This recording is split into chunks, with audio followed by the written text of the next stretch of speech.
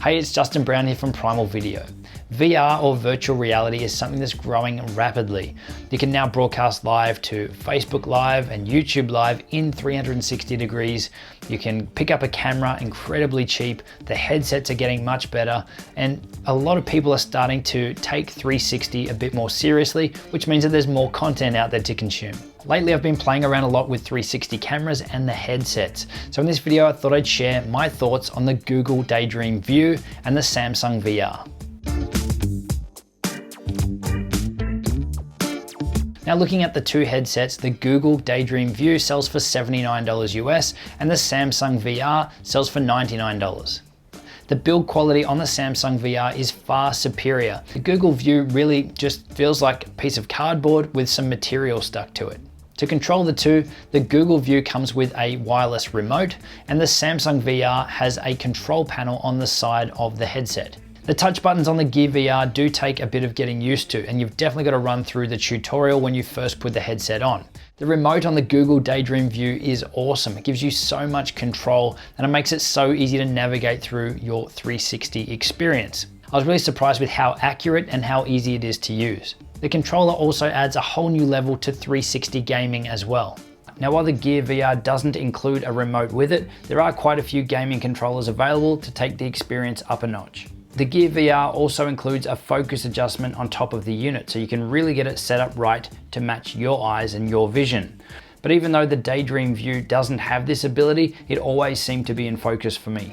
Setting up your phones to work with these headsets was really easy for both. On the Samsung Gear VR, we used a Samsung Galaxy S7, and for the Google Daydream View, we used a Google Pixel XL. Probably the biggest difference between the two headsets is that the Google View doesn't need your phone to be plugged into the headset. With the Samsung VR, you are actually connecting either with a micro USB or with a USB-C into the unit itself. Once you've got your phones mounted in the headsets, they actually both feel pretty solid. Even though the Google View doesn't have a physical connection between the phone and the headset, it still feels pretty solid when it's in place. Now, once you've got the headsets on is where you'll start to see some differences feature-wise between the two. What I really like about the Samsung Gear VR is how easy it is to get to Facebook 360 videos and how seamless the process is and how well they play. Accessing YouTube videos and 360 YouTube videos though on the Gear VR is another story. You'd need to install the Samsung internet browser and use the internet browser to access YouTube as you would through your mobile device or through a computer. So while all that is achievable and it works, there's so many extra steps to get to YouTube. And a lot of the times, once you get to YouTube and start playing a video, you'll have to manually select 360 degrees from the player so that your video will play back in 360. But on the Google Daydream View, the experience is almost the opposite. Accessing Facebook and Facebook 360 videos is much harder, whereas accessing YouTube is really easy and seamless and it works really, really well. But obviously the headset is Google, YouTube is Google, so it should all work well together.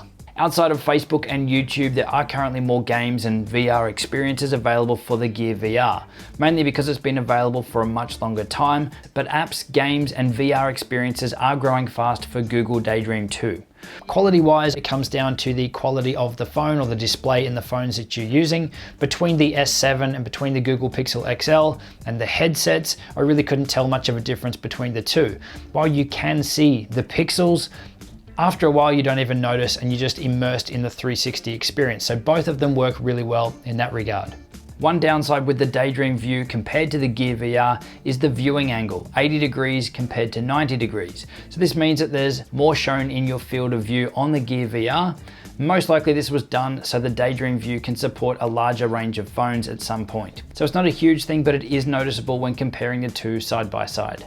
What I have noticed on multiple occasions now after using the Gear VR is that after 15-20 minutes, my eyes start to hurt. Whereas on the Google Daydream View, I haven't had any problems using it for upwards of an hour.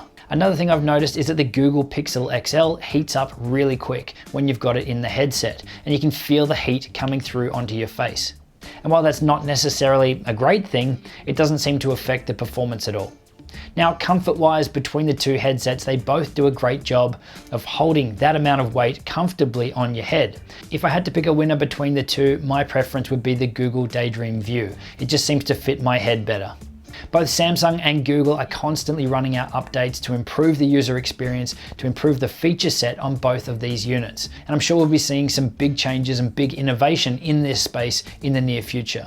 So as for which one you should get or which one is right for you, well, it's really going to come down to which device you have. If you've got a Samsung phone, then it will make sense to get the Samsung headset. Beyond that, there's not really a huge difference at this point between the two.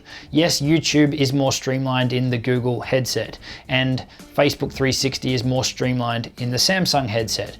But really the crossover or the overlap between the two is huge, and on a lot of levels, it's really a much of a muchness. If you found this video helpful, we'd really appreciate a thumbs up, and make sure you click that subscribe button if you haven't already.